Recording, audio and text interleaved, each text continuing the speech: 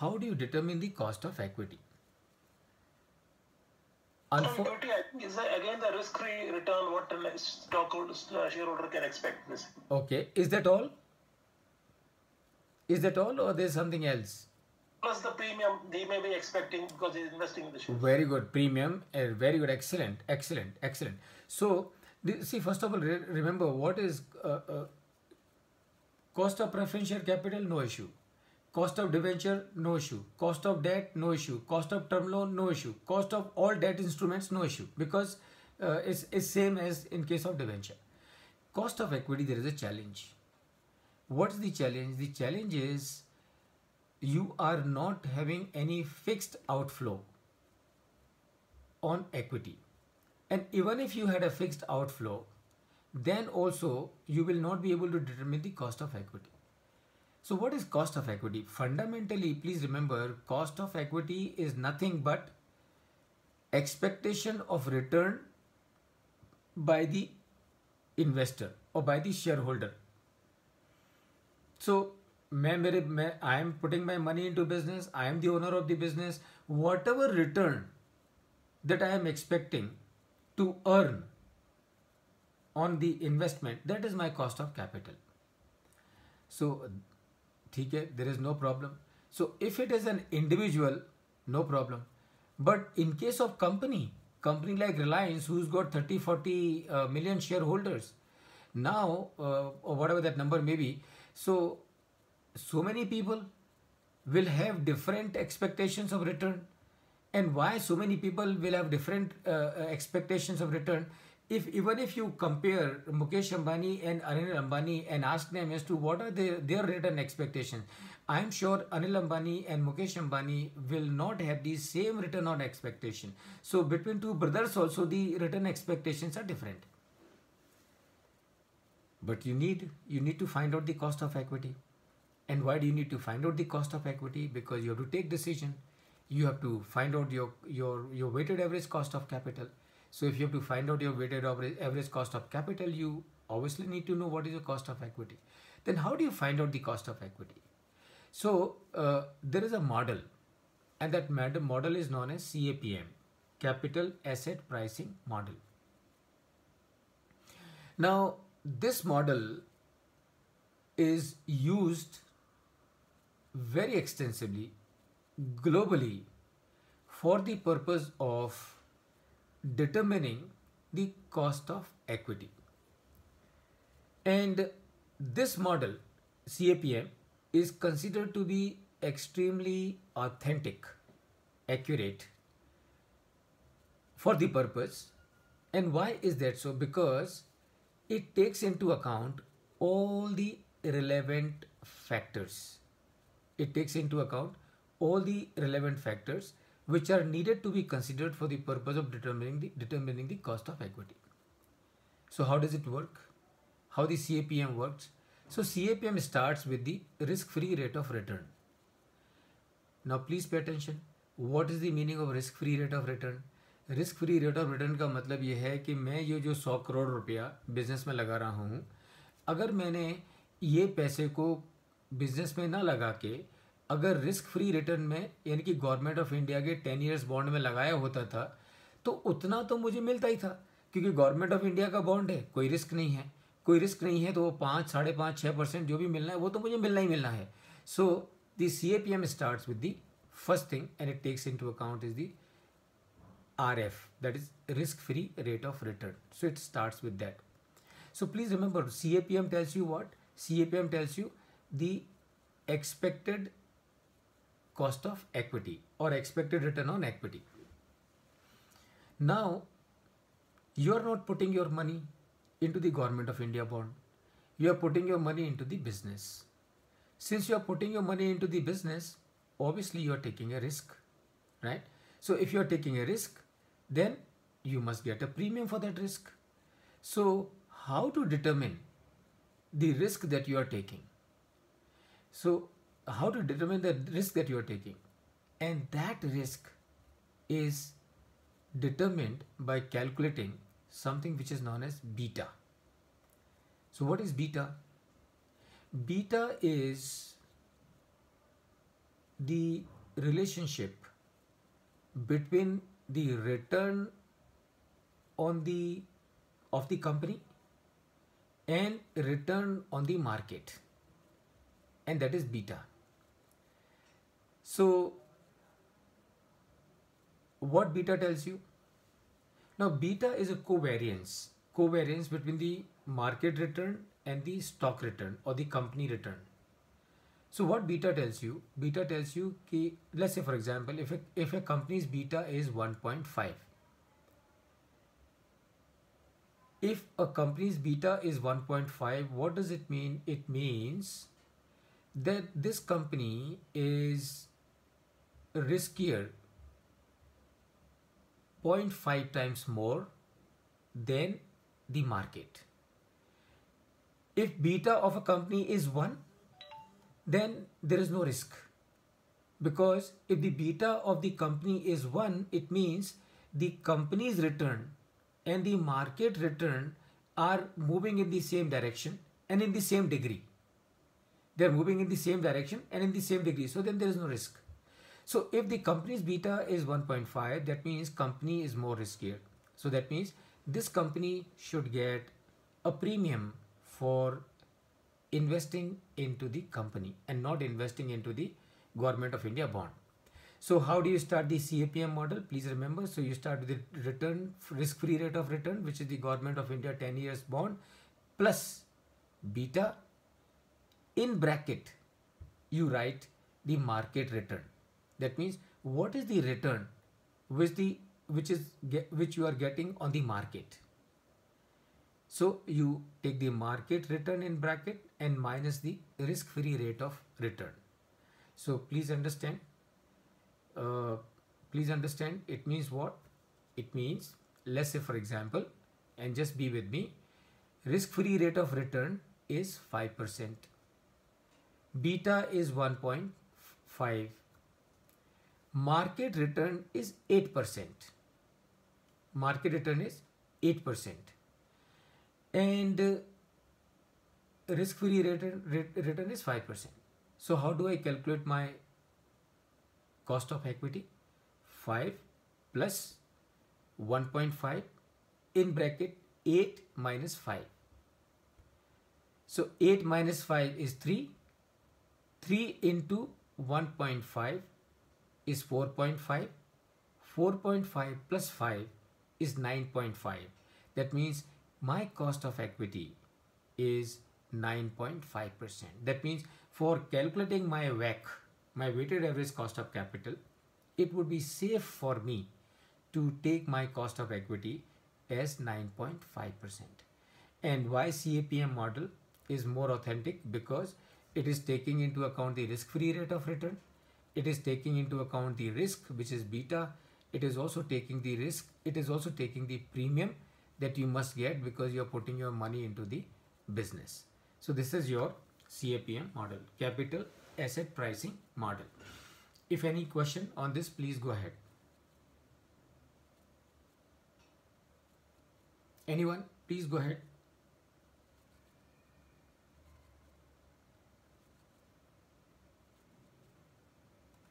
Okay, so if there is no question, then of course we can go ahead. So please remember, this is your capital asset pricing model and is used extensively across the globe. Now,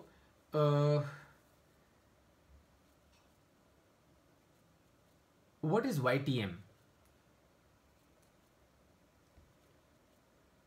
Is YTM same as IRR? Now, YTM, remember, and please pay attention here because we are discussing cost of capital. YTM is yield to maturity.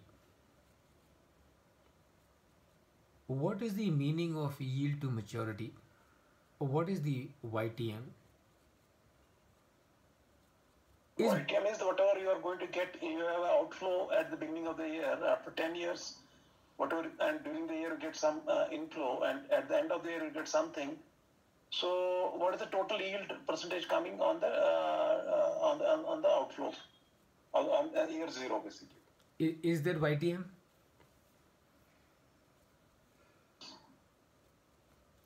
Is it YTM?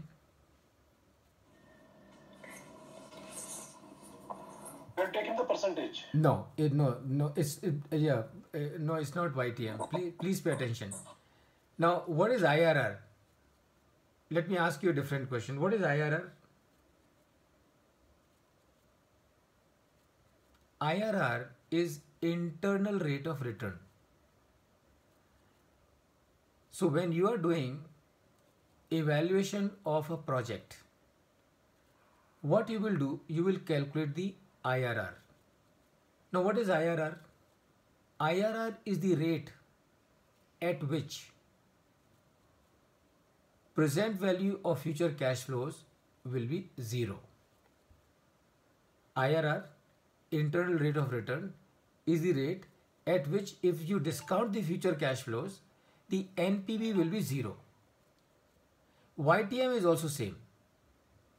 YTM, like as you will derive IRR by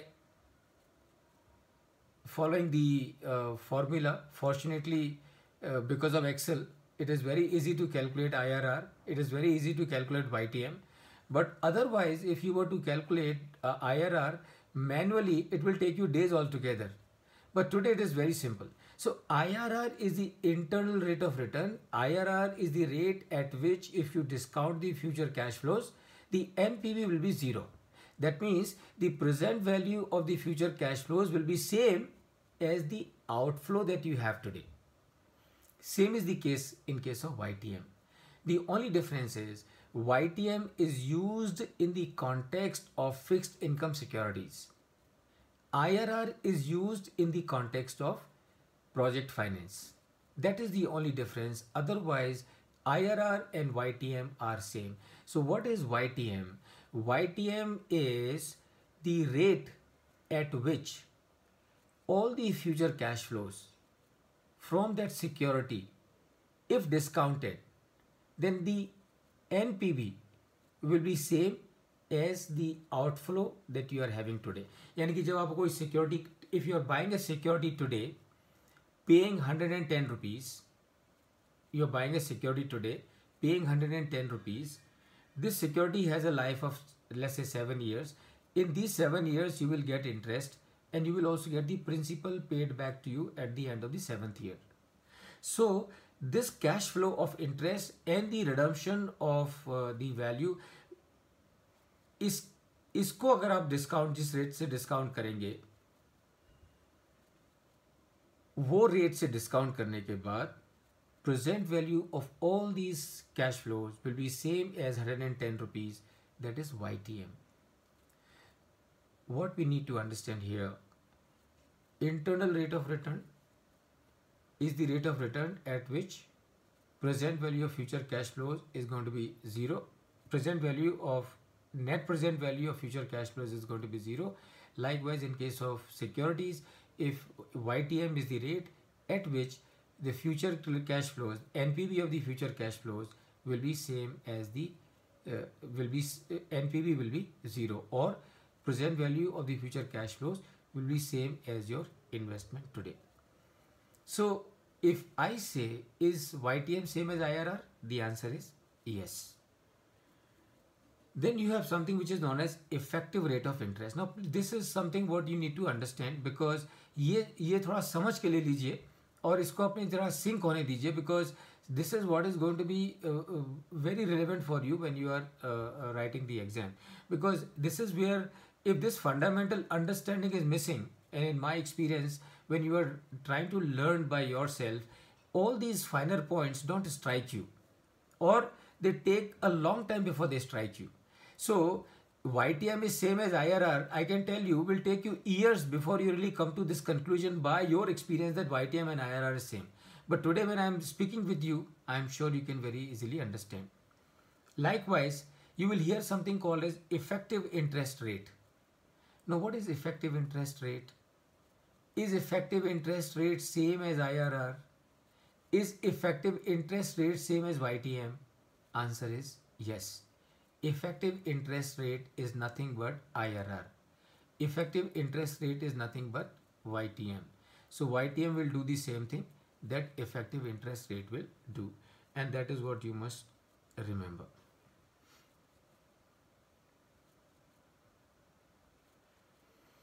Is zero NPV a break-even point, all of you? So if you're doing appraisal of a project and you realize that that project has got zero NPV, so would you conclude that this is a break-even point? NPV is a break-even point. Anyone? Anyone? And remember, the answer is no. If NPV is zero, it does not mean it is a break-even point.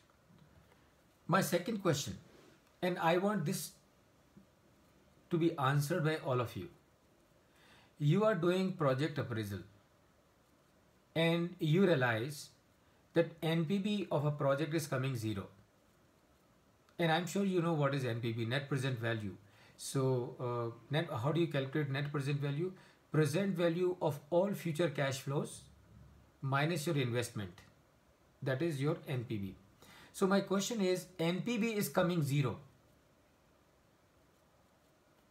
What will be your recommendation to the company whether they should accept this project or they should reject this project? We should accept the project. Okay, they should accept the project. And why do you say that? At least we'll have the experience. Oh, basically, when NPV is zero, it means that assuming that the IRR is coming around 20-25% based on the NPV becoming zero, the cost of capital is only 10%. So that means it is basically a profitable business. नहीं चलेगा. Anybody else? अच्छा, ये बताइए, all of you, when you are discounting the future cash flows, what is that you're trying to find? What is it you're trying to do? जब आप future cash flows को discount करते हो तो आप क्या करना चाह रहे हो? कि हमारा आउटफ्लो का टोटल सम जो आएगा after discounted should be more than the inflow. Sorry, our inflow should be more than the outflow. Sorry, other way around. तो अच्छा है, तो आप क्या करिए, अगर आपका NPV पॉजिटिव नहीं आ रहा है तो can you reduce your cost of capital and discounting factor, and by using a lower discounting factor you can get higher present value of future cash flows. Will that be okay? All of you, everyone.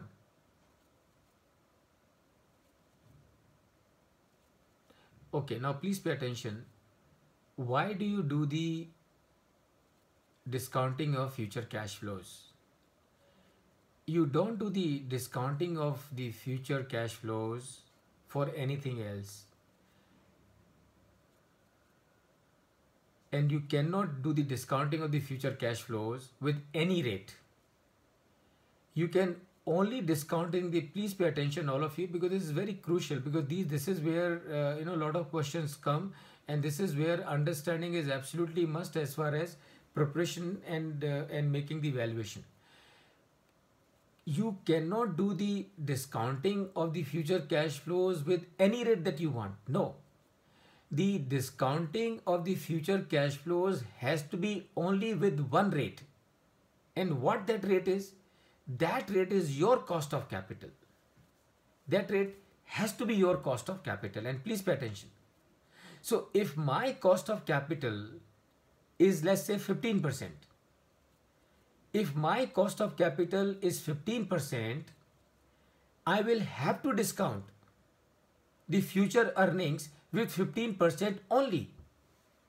I cannot do it with 14%. I cannot do it with 16%. I do not have to do it. I can only do the discounting with 15% only. Why? Because what I am trying to find out, I am trying to find out whether this project is giving me a required return or not. And what is the problem? The problem is money that I am putting into the business is today. and money that I'm earning, the profit that I'm earning is in future next 10-15 years. And by experience we know that the value of money is not same every year. It is, depending on the economy, it is reducing. In India's economy it is reducing. In certain countries it can happen neutral, or it can even happen other way around also. But in India the value of money is going down. तो मुझे क्या करना है? मुझे convert करना है future currencies को in terms of present value. तो उसके लिए मैं कौन सी रेट यूज करूंगा? For that I will use my cost of capital. यानी कि मैंने 15% जो मेरी कॉस्ट ऑफ कैपिटल है उसके बेसिस पे फ्यूचर कैश फ्लोज को अगर मैंने डिस्काउंट किया और मेरा एनपीवी 0 आया, तो मैं ये प्रोजेक्ट को एक्सेप्ट करूंगा, provided I do not have any other option, any other project. Why? Because 15% पर डिस्काउंट करने के बाद में अगर एनपीवी 0 आ रहा है, इसका मतलब ये है कि मेरी जो रिटर्न एक्सपेक्टेशन है 15% की, वो तो मैच हो गई. और अगर मेरी रिटर्न ऑफ एक्सपेक्टेशन 15% की मैच हो गई, दैट मीन मेरा काम हो गया. I will skip this project only if I have another project from where I am getting NPV which is more than 0. Why? Because there I am not only getting my return of 15%, but I am getting much more return than 15. And that is what you should remember. So please remember, you don't do discounting because you want to find out the future purchasing power. You do the discounting because you want to make a apple to apple comparison. You do the discounting because you want to make a apple to apple comparison. आगे जो पैसा है और अभी का पैसा है, you want to put it at the equal footing. Only when you put it at the equal footing, then only you can make a comparison. And for that comparison, you have to use only one rate, and that is your cost of capital only. Is cost of capital static in nature or it is dynamic? I am sure all of you would say it is dynamic. Cost of capital is changing. As the value of a business is changing every time, cost of capital is also changing. Will cost of capital be same for every businessman or business? Answer is no. Cost of capital will vary from person to person. What is cost of capital? It's nothing but because cost of equity will vary from person to person. If the cost of equity, return expectation of every individuals are going to be different, that means the cost of capital will be different for every business. From business to business, industry to industry, geography to geography, company to company, it will change.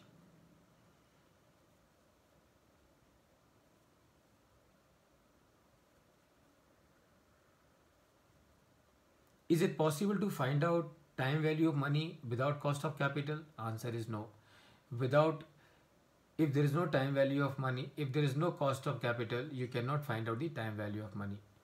If there is no cost of capital, you cannot find out the time value of money. And so what is the cost of capital employed? So cost of capital employed is nothing but the WACC, weighted average cost of capital. So that is what it is, friends. So with this, I think I am coming to the end of my session on cost of capital as well. So in case if there are any questions, I would be very happy to take them.